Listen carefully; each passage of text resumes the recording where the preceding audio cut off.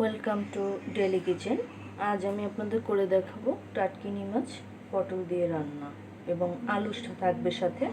তো আমি প্রথমেই কড়াইয়ে মাছ ভাজার জন্য তেল দিয়ে দিলাম।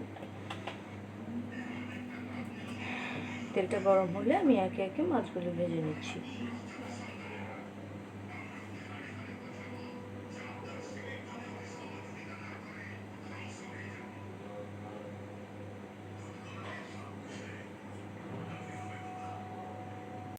তেলটা গরম হয়ে গিয়েছে, এবার আমি একে একে মাছগুলো দিয়ে দিচ্ছি।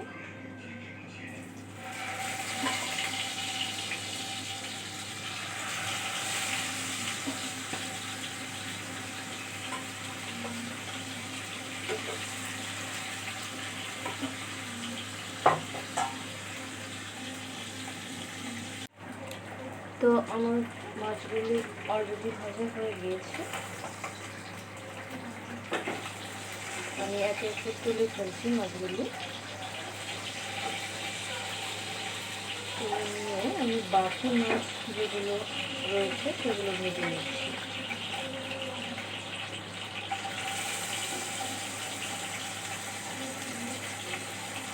তো আমার এইবারের মাছগুলো ভাজা হয়ে গিয়েছে, আমি তুলে নিচ্ছি। এরপরে আমি দিয়ে দিচ্ছি আলু এবং পটলগুলি মাছ থেকে। এখানে আমি হয়তো একটু লবণ করে দেব,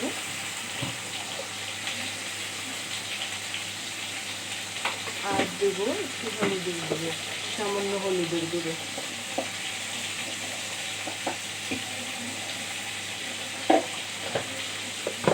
তো একটু মতো ভেজে নিচ্ছি, এবার করে মিক্স করে দিচ্ছি।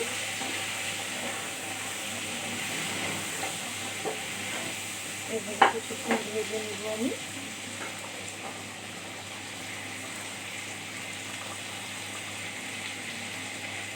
আলু পটলগুলো প্রায় ভাজা হয়ে গিয়েছে, আমি এখন আস্তে আস্তে এগুলো তুলে নিচ্ছি।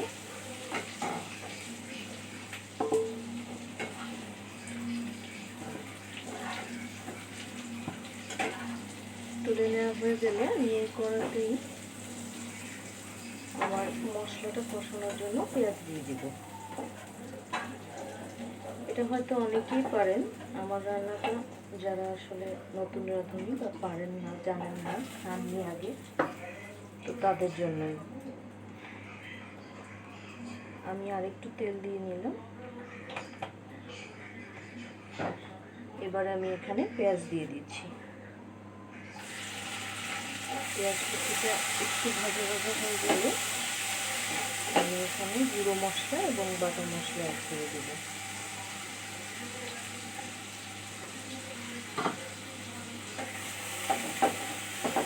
পেঁয়াজগুলো একটু ভাজা হওয়ার জন্য অপেক্ষা করছি।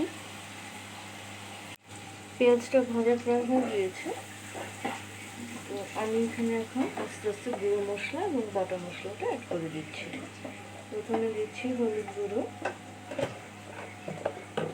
হাফ চামচ, মানে হাফ চা চামচ। মরিচ গুঁড়ো দিচ্ছি 1 চামচ। লবণ আমি আগে কিছুটা দিয়েছি, তাই এখন একটু বুঝে দিতে হবে।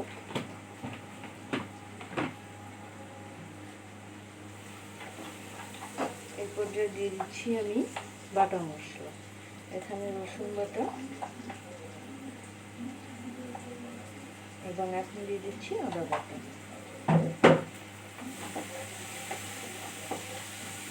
এই পর্যায়ে আমি দিয়ে দিচ্ছি ধনিয়ার গুঁড়ো 1 চামচ।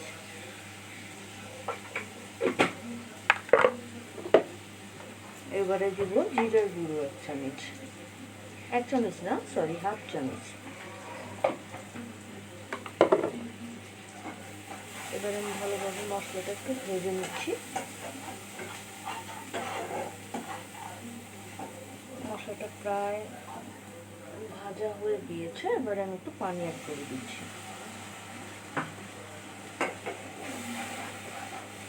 আর একটু নেড়ে চেড়ে কষিয়ে নিচ্ছি।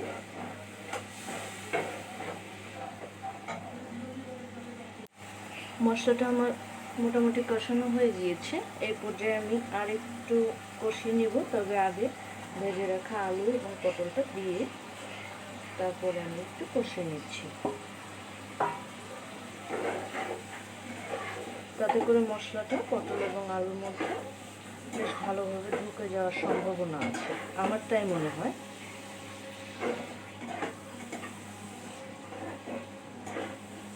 তো আমি এভাবে আরেকটু নেড়েচেড়ে নিয়ে এখানে পানি অ্যাড করে দেব।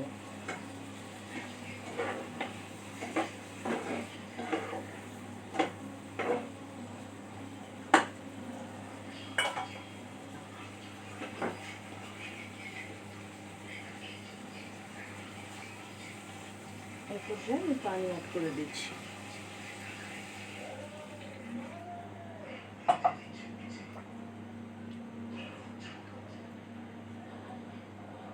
পানিটা আমি আজকে একটু কম দিব, কারণ আমি সবজিগুলো অলরেডি একটু ভেজে দিয়েছি, তাই আমার এখন আর খুব একটা পানি দরকার হবে না। তাও আমি আরেকটু পানি অ্যাড করব।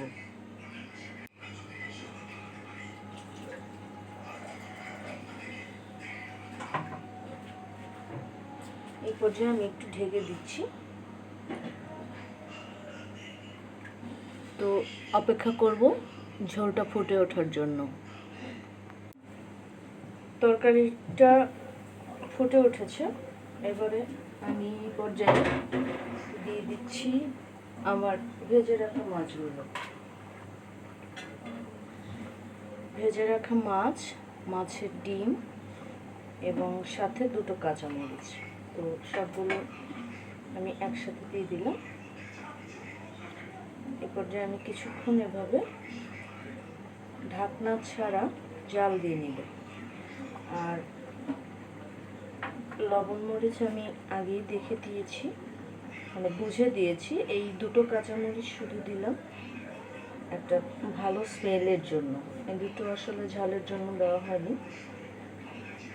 তো এভাবে কিছুক্ষণ রান্না করে নিয়ে আমি নামিয়ে নিব। তো মাছের তরকারিটা আমার অলরেডি হয়ে গিয়েছে। এই পর্যায়ে আমি একটু জিরের গুঁড়ো, এটা ভাজা জিরের গুঁড়ো অ্যাড করে দিচ্ছি।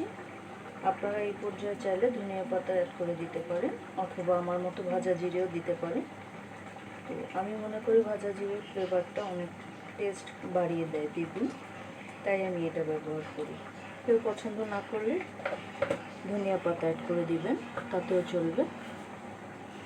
তো এই পর্যায়ে আমি তরকারিটা নামিয়ে নিব। ফিরে আসছি নামিয়ে নিই। তো এই তো আমার রান্নাটা হয়ে গিয়েছে, আমি অলরেডি সার্ভ করে নিয়েছি, দেখতেই পাচ্ছেন। আমি জানি না কালারটা বোঝা যাচ্ছে কি না। আর এই যে ডিমটা দেখছেন, এটা কিন্তু মাছেরই ডিম। তো অনেকগুলো ডিম ছিল, আমি একসাথে করে ভেজে নিয়েছি। তো রান্নাটা সার্ভ করে নিয়ে আমি ওপর থেকে একটু ভাজা জিরের গুঁড়ো ছিটিয়ে দিয়েছি, এতে করে ফ্লেভারটা আরও বেশি ভালো আসবে। তো ভালো থাকবেন, সুস্থ থাকবেন। সম্ভব হলে আমার জন্য প্রার্থনা করবেন, যে যেখান থেকেই দেখেন না কেন। তো আজকের মতো বিদায় নিচ্ছি, বাই।